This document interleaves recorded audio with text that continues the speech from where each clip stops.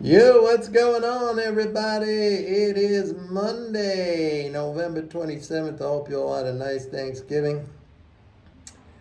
This video might bounce around a little bit because I don't know what I did with my little selfie stick that I usually mount my phone on and I make the video, so I'm just holding this in my hand. So, not a lot to talk about, Maybe some of you you want action every day. You want something to happen every day. You want a big discussion of something, some development in the market, some news item, some big thing, some big trend, some big move, big, big, big.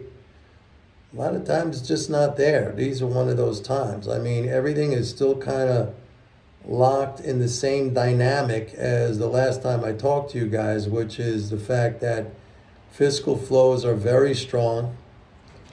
We got something like a 260 billion deficit for the month of November. That's big.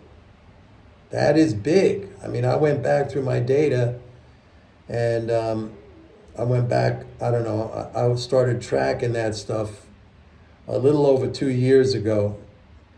Tracking it on a consistent basis, and I didn't find any November that was that big. So that is a big, big net transfer. And that's what's holding the market up. And, that's just a positive for the economy all the way around. We still are coming into that December 15th quarterly tax drain, corporate tax drain. So that's out there on the horizon, getting closer. Daily leading spending flows are very strong. I think the 10-day average is something like 26 billion or something like that. That's high. Okay, even this is a lull period in the month. I mean, this is a normal period of the month where you tend to see that those daily flows dip down, but they haven't really dipped down very much. And Friday is going to be December 1st.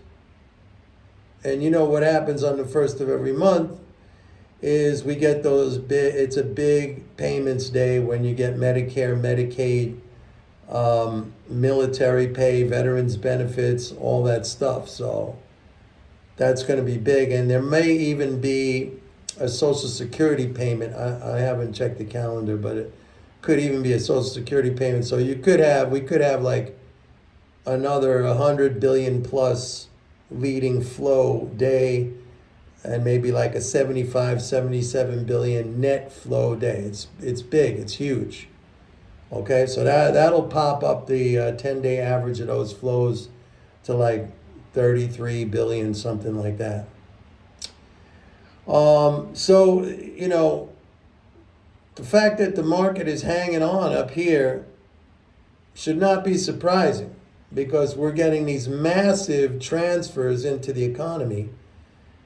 And like I've said in the past, because I've been accused by some of you of, saying that the flows, well, they don't all go to the upside. Some people say, no, it's about the economy. The economy first, and then the flows. I mean, the economy first, and then the stock market second. I've said this to you guys many times, that the stock market does not lead the economy. It may look like that, and that's what you might hear in the media and from these airhead pundits who say things like that, but believe me, if the economy were shrinking, the stock market would be going down, and vice versa. When the economy grows, the stock market goes up. And it's not even a question of how much it grows. Growth is growth. Growth is a growth function. So if it grows slow, the stock market's going to go up slow. If it grows fast, the stock market's going to go up fast. I mean, that's just the way it is, because growth translates into higher corporate profits, higher income and wages, higher investment, more savings, blah, blah, blah. So that's, you got to understand that. And, these people that look at the market and it goes down and they're already, they're right away jumping on the bandwagon to predict a recession. That's not how it happens. Stocks jump around as if you haven't noticed by now. Okay? And I don't know how many times I said, like, don't pay attention to that jumping around stuff. I mean, there is one instance when you can pay attention, and that's when it goes down. Because as long as you're in a growth environment, if it goes down, you want to scoop up more stocks. You want to add to your portfolio. This is why I'm also a big believer in disciplined average cost investing. Like people who do this, they're very, very smart. And you don't have to be some kind of stock picking guru or stock market professional. As a matter of fact, it's probably worse, because if you're a stock market quote unquote professional, then you think you can time this and in and out and blah blah blah. I gotta hand it to people. I gotta give a lot of credit to people who are disciplined in the way they invest, and they might be in completely different other occupations. They usually are. Whatever. They could be policemen, firemen, plumbers, teachers, you name it. But they put their money into some, and you don't have to pick stocks. You could take an index fund like the SPY, and just like a dollar cost average when the market goes down. And I don't know how many people actually do this, but this is, I'm pounding the table on this to get you guys to understand. When the market goes down, that's when you want to be more aggressive. All right? You want to double up or triple up what your normal monthly, if you can, what your normal monthly contribution, or even do 10% more of your normal monthly contribution. Or 20% more if you can do that, if you could swing that. That's when you're really, really going to make outsized gains on the stock market. That is a smart way to go about it. Now, I've seen a lot of commentary. The funny thing is, folks, that I follow market psychology, market sentiment, whatever you want to call it, investor sentiment. It's turning a little bullish, but it's not at any extreme level of bullishness, nowhere near it. And I still see stuff online on blog posts and what have you, or in news articles where they're saying, that's it, another 5 points in the S&P and that's the top, or that's it. So there's still a significant bearish crowd out there. And, some of them are really fancy because they're working with some of the fancy technical numbers, Fibonacci, whatever. And, this is the number, 4550 on the S&P, All those things are meaningless. I'm telling you right now, and I admit that I did expect the flows to peak out at the November 15th quarterly interest payment, which they did, okay? But the pullback in those flows has been very modest. So I was right in that the flows peaked out at November 15th with that quarterly interest payment.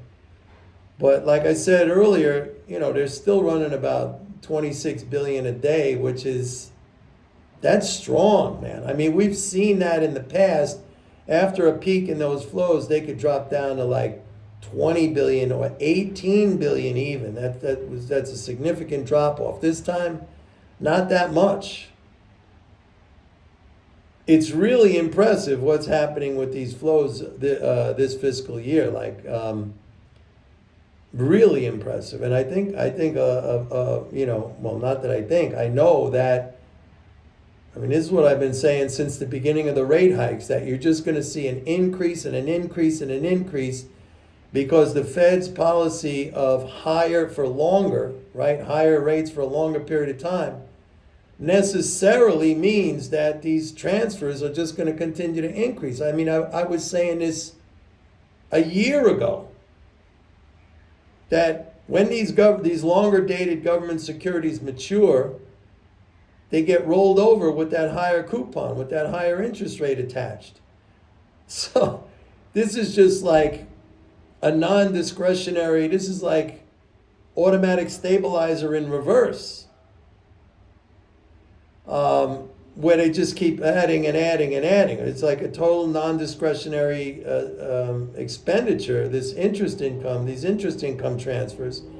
And this is what's happening right now. Like I said this even more than a year ago. I said this when the Fed first started to raise interest rates, and everybody was freaking out and losing their shit, and predicting a recession after recession after recession. And I said that's not how it's going to be, not at all how it's going to be.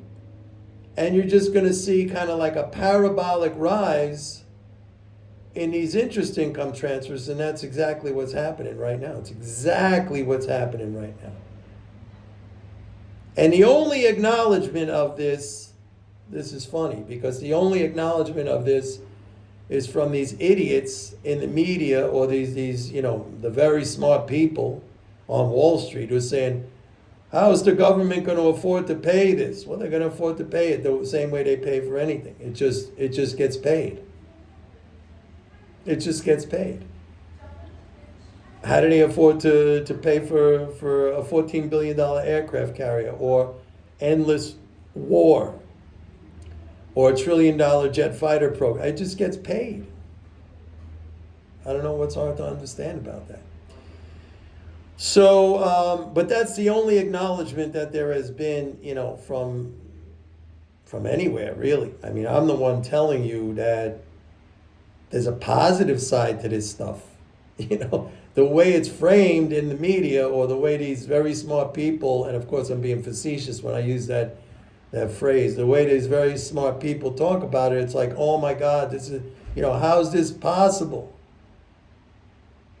The poor government's no, not the poor government. Government is a currency issuer. It could spend whatever it needs to spend. I'm telling you that I'm giving you the reality is the flip side of this, where it's no constraint or no inability of the government to make these payments. The flip side of this is what everybody really should be paying attention to, which is the fact that these are massive and increasing in a parabolic fashion, these interest income transfers. That's what that is. And believe me, don't try to explain this to your friends or your colleagues at work, or your relatives, because they're not going to listen to you. They're going to laugh in your face. They're going to, all these people are stuck in their backward understanding of the monetary system, and they view government finance as they view their own finances, and it's an inapplicable comparison. Apples and oranges. So rather than make yourself frustrated in trying to explain this stuff, use it to your advantage and make money. Make money. It's sad that everything comes down to money. Maybe that's something sad in life, but those are the cards we're dealt, and the more money you have, the more freedom you have, and that's a good thing. And you know how you've been taught, like, it takes hard work. You know what's hard work?